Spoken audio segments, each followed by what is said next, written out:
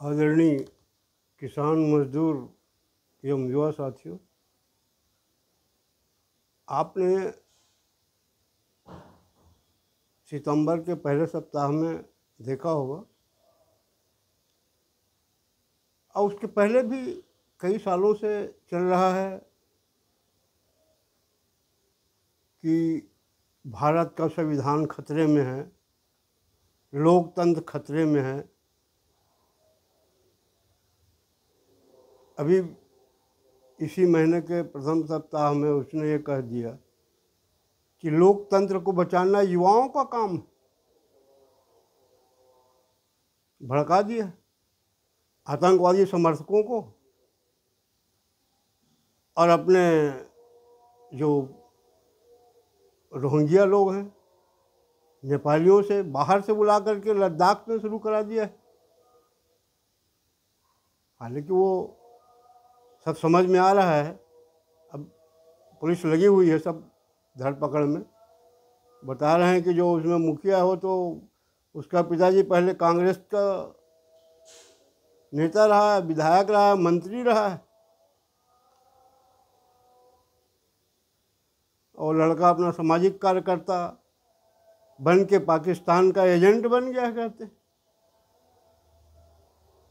और हित के लिए, भारत के हित के लिए, वहाँ क्षेत्र के हित के लिए, लद्दाख के हित के लिए अनशन कर रहा था। तो ये सुनियोजित षड्यंत्र हमारे देश में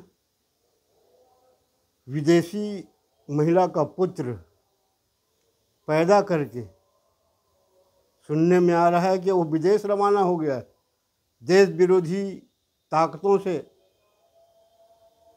रिचार्ज कराने अपने आप को। खैर, जो परिस्थिति आएगी भारतवासी झेलने के लिए तैयार हैं, मगर ये सोच लो कि तुम्हारा क्या होगा। बांग्लादेश में युवाओं ने अगर आंदोलन किया तो आज वहाँ का राष्ट्रपति कौन बना? 80 साल का बुजुर्ग बना है ना। नेपाल में कौन बना है देख लो। अपना नंबर तुम सोचते हो ना कि मैं साथ में हूँ, तुम तो देश के लायक नहीं रह जाओगे एक दिन। ऐसी परिस्थिति तुमने देश में पैदा कर दिया।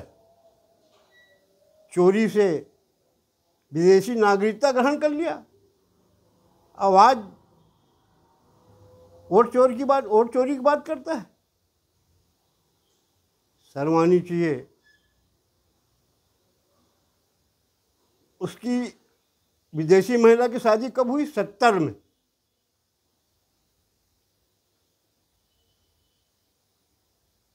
नहीं, इसका पैदाइश कब है? 70 का पैदाइश है। 1970 में ये पैदा हुआ है।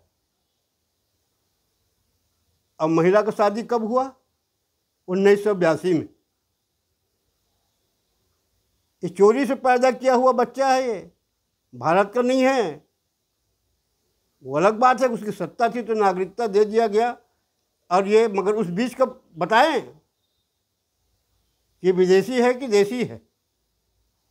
कोई भी कांग्रेस का बहुत अच्छा बड़ा नेता है, वो खुद बताए। 82 में जब वो सदस्यता ग्रहण कर रही है भारत की, उसकी माँ, 70 में वो पैदा हो रहा है, कैसे उसको भारतीय माना जाएगा? वैसे खैर ब्रिटेन में तो नागरिकता ग्रहण किया है, वो अलग मुद्दा है, मगर इस बीच का हिसाब कौन देगा? आज देश को, अरे तुम्हारे आश्वासन में कर्नाटक के युवा आंदोलन कर रहे हैं, बेरोजगार लोग आंदोलन कर रहे हैं। वहाँ जाना चाहिए ना। 5 साल से तुम्हारी सरकार है कांग्रेस की, वहाँ नौकरी बंद कर दिया गया है। बैन लगा दिया गया कि 5 साल से नौकरी नहीं, किसी भी विभाग का निकाला जा रहा है। आ गए हैं युवा लोग सामने, आंदोलन कर रहे हैं, बचा लो। वहाँ की सरकार जाने वाली है लगता है, क्योंकि 2.5 साल का चक्कर वहाँ भी चल रहा है।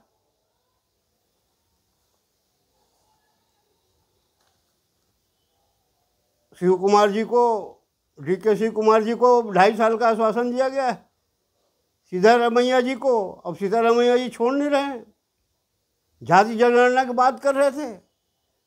वहाँ के हिंदू जाति के लिंगायत उकालिंगा लोगों को जनगणना में तुम ईसाई लिखवा दिए, वो अलग परेशान हो रहे हैं। उनके 55 विधायक हैं, विधायक अल्टीमेटम दे चुके हैं, सुधारो उसको, हम हिंदू हैं, हिंदू रहेंगे। ऐसा परिस्थिति पैदा कर दी।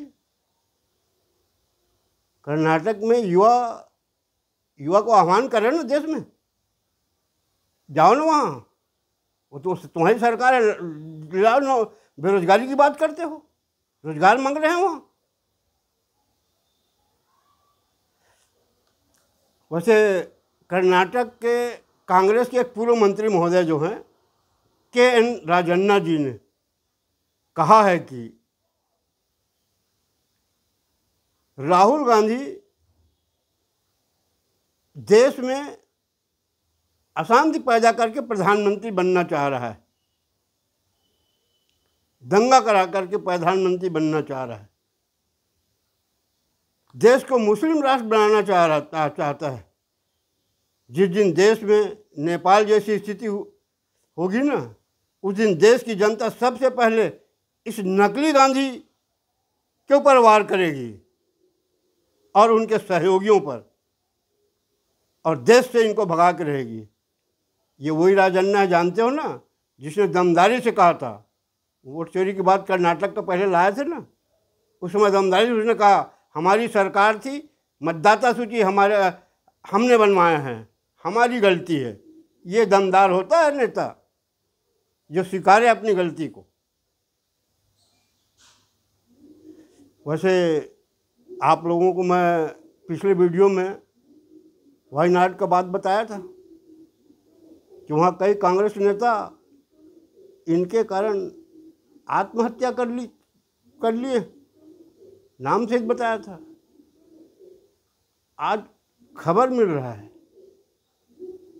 कि वहाँ का जिला कांग्रेस कमेटी का अध्यक्ष ने अपने पद से त्याग पत्र दे दिया है, क्योंकि वहाँ के भाई बहन दोनों ने ऐसा गुटबंदी पैदा कर दी है, कांग्रेसियों को लड़वा रहे हैं कि वहाँ कांग्रेसियों में कोई अमन चैन नहीं। इनके गुटबाजी के कारण से बहुत से ब्लॉक के जिले के पदाधिकारी इस्तीफा दे रहे। अच्छा है, कब तक लड़वाते रहोगे? एक रोज तो जो सही बात है सामने आ जाएगा। वहाँ के जिला अध्यक्ष महोदय का नाम है ND अपाचन। वो इसलिए इस्तीफा दिए हैं कि प्रियंका गांधी अभी गई थी वायनाड, वहाँ कांग्रेस कार्यकर्ताओं की बैठक नहीं ली, उनसे मिलना पसंद नहीं की। इस आक्रोश में वो इस्तीफा दे दिए, चुपके अपने लोगों से मिल लिए, क्योंकि वो जो 3 आत्महत्या हुआ ना, उससे वायनाड में इनके खिलाफ ये गुटबंदी हो रही कि इस बार ये अगर आते हैं सरणी तक तो इसको भगाओ, इनको यहाँ प्रवेश नहीं देना है। ये परिस्थिति बन रही है वहाँ।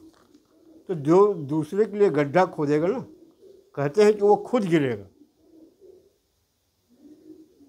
वैसे अंत में मैं अपने छत्तीसगढ़ के कांग्रेस के सम्मानित नेताओं को बताना चाहूँगा, हमारे यहाँ भी छत्तीसगढ़ में इस समय पर्यवेक्षक नियुक्त कर दिए गए हैं जिला कमेटी के अध्यक्ष चयन करने के लिए। आज ही मुझको खबर मिला है कि मध्य प्रदेश में हो चुका है, बगैर लेन देन के नहीं हो रहा है, बताते करोड़ तक मामला पहुंच गया है। क्योंकि जिला कमेटी को पूरा पावर दे रहे हैं ना, ये वही सब कुछ गठन करेगा। तो बताते हैं कि अंग्रेज जब भारत आए थे ना, तो व्यापारी के रूप में आए थे।